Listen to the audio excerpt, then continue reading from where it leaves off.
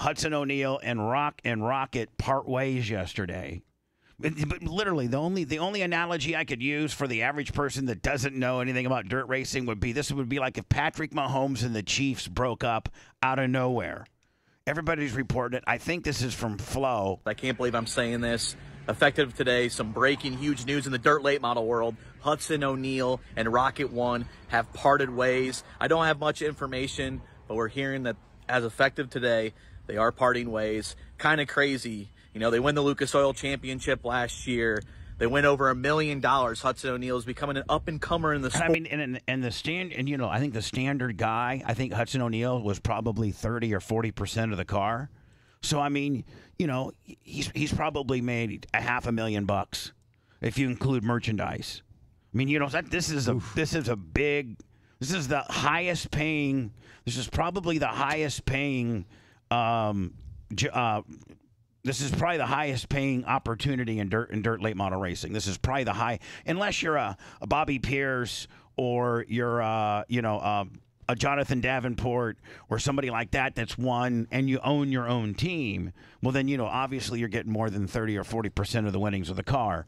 But you also have the liability and, you know, of having to own the $700,000 toter home and having to have a crew of 4 people that you pay and pay, you know, you're paying all the bills too. Just to be a badass driver to walk up to the track with your helmet, your vending trailer that your girlfriend runs, and get in the car and make 30 to 40%. Seems like, man, you know, that would be this is the best opportunity in dirt late models, and Hudson's a good friend of mine. The couple dirt late model interviews that we've done have done well for us. They have. So we even had Hudson O'Neal on, did we not? Yes, we did. Yeah. Sport. Might want to, Brett, maybe kind of just throw that in there one time, just him saying hi to us or something. World 100 together. First time Mark Richards has ever won the World 100. First time a driver from the Hoosier State, the state of Indiana. Listen, Rocket Chassis is a big deal, and so is Hudson O'Neal. He's a big deal. Again, this is a Patrick Mahomes, Kansas City Chiefs analogy of dirt late models. This is a big, big deal. He's the World 100. He was off to a good start at Speed Weeks. Kind of shocking news here. We're going to get more details of fall, but yeah, what we're hearing right now and an effective today, Hudson O'Neal and Rocket One Racing are parting ways. Kind of hard to say. I'm just chilling here in Fairbury, just relaxing on a nice. Okay, I don't need to know what you're doing. How'd that guy get the scoop and not you, Bubba? I don't know. Dirt on. Well, because you know, I thought you were plugged in. I am plugged in, but I'm not plugged in. You know where I'm. You know, I got another job. You know that, don't you? Yes, sir. Okay, thanks. Sorry. Dirt on Dirt reports it. Breaking news: defending Lucas Oil Late Model Dirt Series champion Hudson O'Neal has announced that he's leaving Rocket Chassis or Rocket One Racing effective immediately. I did get a text from Mark Richards last night, the guy who owns the team, and said, yes, it's true. And it's tough to navigate through these hundreds of texts that I'm getting. But yes, it's true. We have parted ways. So it's going to be very interesting to, one, where does Hudson O'Neal go?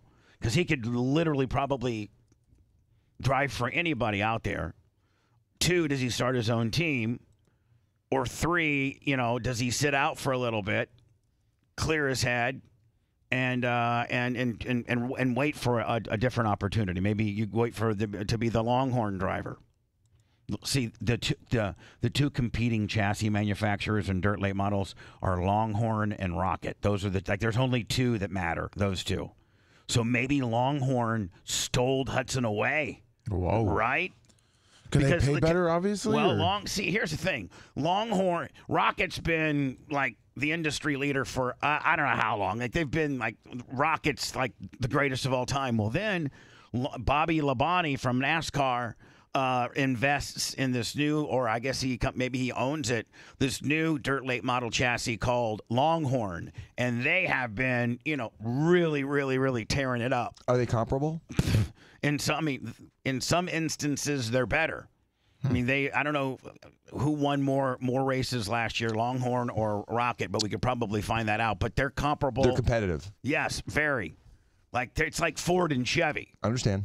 and maybe Longhorn came up to Hudson and said, "Hey, you want to drive the Longhorn house car, for 51% of the car instead of 30."